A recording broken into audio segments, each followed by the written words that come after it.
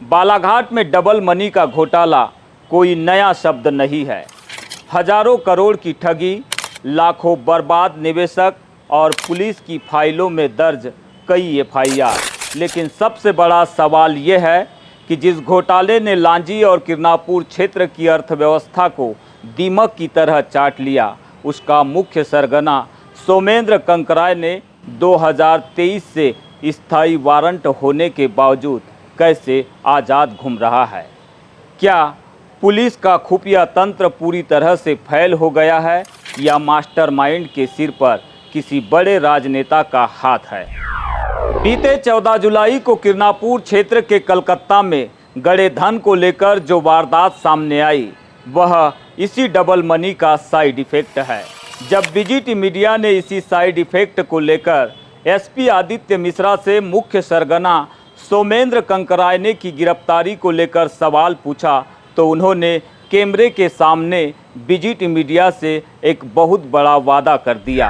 आखिरकार वो वादा क्या है, चलिए आपको दिखाते हैं बीजीटी मीडिया की विशेष रिपोर्ट।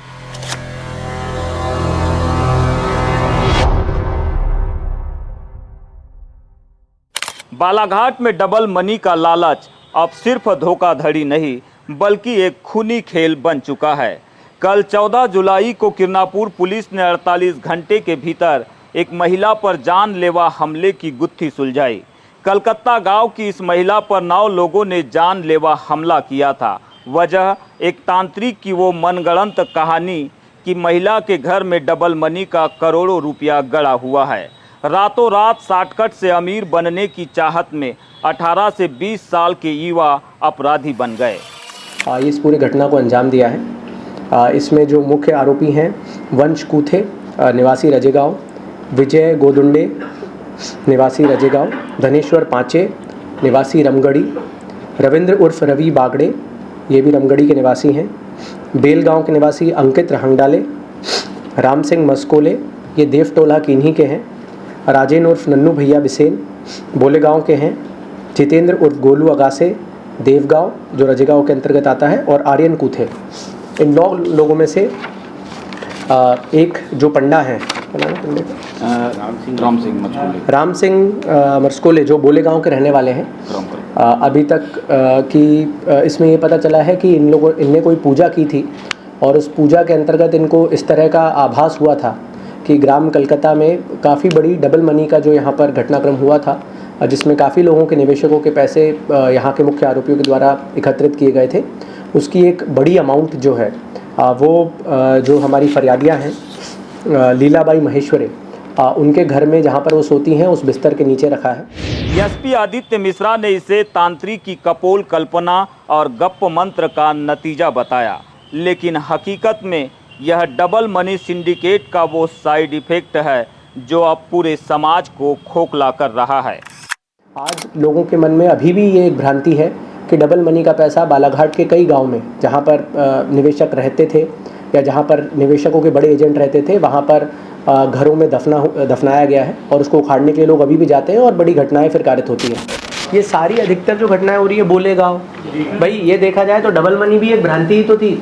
एक कूट रचित तरीके से एक भ्रांति फैलाई गई रियल एस्टेट के काम के नाम पे और लोगों का इतने सारे हजारों निवेशकों का पैसा हार्ड एंड मनी लोगों के द्वारा एकत्रित किया गया और उसके बाद खुद फरार हो गए जब न्यायालय ने उनको राहत दी। जब यह साफ हो गया कि यह पूरी वारदात डबल मनी की अफवाहों का नतीजा है, तो बीजीटी मीडिया ने पुलिस कप्तान से वो सवाल पूछ ही लिया जो हर बालाघाट वासी के मन में है। हमने पूछा, सर ये लालच और अंधविश्वास का नतीजा तो है, लेकिन इससे कहीं अधिक ये डबल मनी का साइड इफेक्ट है। ऐसे में मुख्य सरगना सोमेंद्र कंकराय ने जिस पर 2023 से स्थायी वारंट है, उसे आपकी पुलिस अब तक गिरफ्तार क्यों नहीं कर पाई है। इस सवाल पर एसपी साहब पहले थोड़े गंभीर हुए, फिर चेहरे पर हल्की मुस्कान लाते हुए दावा किया कि विश्वास करे, जल्द ही उसे आपके सामने लाकर खड़ा करूंगा। 2023 से सोमेंद्र कंकराय ने जो कि स्थायी वारंट जारी हुआ है, उसकी गिरफ्तारी नहीं होना है, बहुत बड़ा सवाल है। इसे लेकर क्या प्रयास है? उसे लेकर आपको बताएंगे। बहुत जल्द बताएंगे आप, मतलब बताएंगे भाई, विश्वास से बोल रहा हूँ। बिल्कुल बिल्कुल सर। अगर मैंने बोला कि मैं बताएंगे, मैंने 3 महीने पहले बोला था कि अब नक्सल ख़त्म हुआ है, मेरा एक टारगेट और है, उसके बाद मेरा काम ख़त्म बालाघाट में। कोई राजनीतिक संरक्षण प्राप्त है उसे और वो यहीं पर है? सर मेरा एक सवाल, आप विश्वास करें, आपके सामने लाके खड़ा करूँगा, मतलब खड़ा करूँगा। इसी दौरान एसपी ने निवेशकों की मानसिकता पर भी हैरानी जताई। उन्होंने कहा कि यह दुर्भाग्यपूर्ण है कि जिस जगह से यह पूरा फ्रॉड शुरू हुआ, आज भी लोग वही डबल मनी के नाम पर पैसा निवेश कर रहे हैं, जबकि दुनिया के बड़े बड़े इन्वेस्टर्स भी ऐसा रिटर्न नहीं दे सकते हैं। दुर्भाग्यपूर्ण लगता है कि जब यहीं से वो चीज़ ओरिजिनेट हुई, यहाँ सबको पता चला कि भाई इस प्रकार की कोई स्कीम दुनिया में नहीं बन सकती जो आपको 3 महीने 6 महीने में 100% रिटर्न दे। दुनिया के बड़े बड़े इन्वेस्टर्स जब इस प्रकार से पैसा नहीं बना पा रहे, तो लोग अभी भी अगर इस भ्रांतियों में रहेंगे, और आक्रोश स्वाभाविक है और बहुत नेचुरल है, क्योंकि लोगों ने बहुत भरोसा करके दिया था। और मुझे याद है जब डबल मनी का हुआ था, तो जब वो जेल से निकले थे तो सभी लोगों के मन में आश्वासन था कि पुलिस ने कार्रवाई गलत की है और सोमेंद्र भैया सबका पैसा लौटाएंगे। सोमेंद्र कंकरायने की गिरफ्तारी तो पुलिस के लिए चुनौती है ही, लेकिन इससे भी बड़ा सवाल उन लाखों निवेशकों का क्या, जिनके खून पसीने की कमाई अब भी फंसी हुई है। जनचर्चाओं का बाजार गर्म है कि राजनीतिक संरक्षण के चलते पुलिस सोमेंद्र पर हाथ डालने से बच रही है। पूर्व में तत्कालीन कलेक्टर और एसपी दावा कर चुके हैं कि सीज किया गया करोड़ों रुपया कोर्ट की अनुमति से निवेशकों को लौटाया जाएगा। लेकिन जब मीडिया ने एसपी आदित्य मिश्रा से इस पर अपडेट मांगा तो सच्चाई कुछ और ही निकली। एसपी ने बताया कि ट्रायल अब तक खत्म ही नहीं हुए हैं। कोर्ट ने मामलों को फास्ट ट्रैक पर चलाने का भरोसा तो दिया था, लेकिन सबसे बड़ी विडंबना ये है कि नोटिस मिलने के बावजूद गवाह न्यायालय में उपस्थित नहीं हो रहे हैं। ऐसे में बिना ट्रायल हुए निवेशकों को उनका सीज रुपया दिला पाना कानूनी रूप से संभव नहीं है। मैंने डबल मनी के एक केस में सज़ा हुई, वो इसलिए हो पाई क्योंकि विटनेसेस समय पे आए। आज भी हेमराज आमाडारे, अजय तिड़के वाले केसेस में विटनेसेस कोर्ट में उपस्थित नहीं हो रहे। जब तक ट्रायल कंप्लीट नहीं होगा, माननीय न्यायालय भी वो पैसा रिलीज़ नहीं कर सकता। पैसा हमने काफ़ी करोड़ों रुपए पैसा सीज करके रखा हुआ है, बैंक अकाउंट्स में पड़ा है, कैश सीज हुआ है, पर वो पैसा तब तक निवेशकों तक रिलीज़ नहीं हो सकता जब तक न्यायालय में ट्रायल प्रक्रिया खत्म नहीं हो।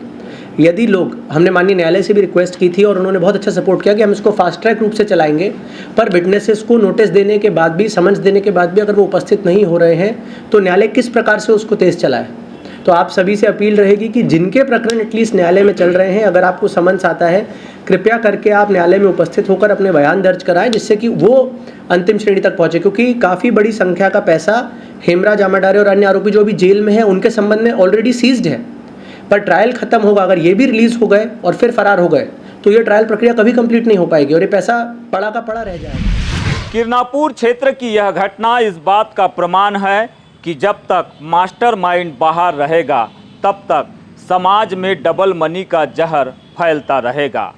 एसपी साहब ने बीजीटी मीडिया के कैमरे पर यह वादा तो कर दिया है कि वे अपने कार्यकाल में सोमेंद्र कंकरायने को जरूर ढूंढ निकालेंगे।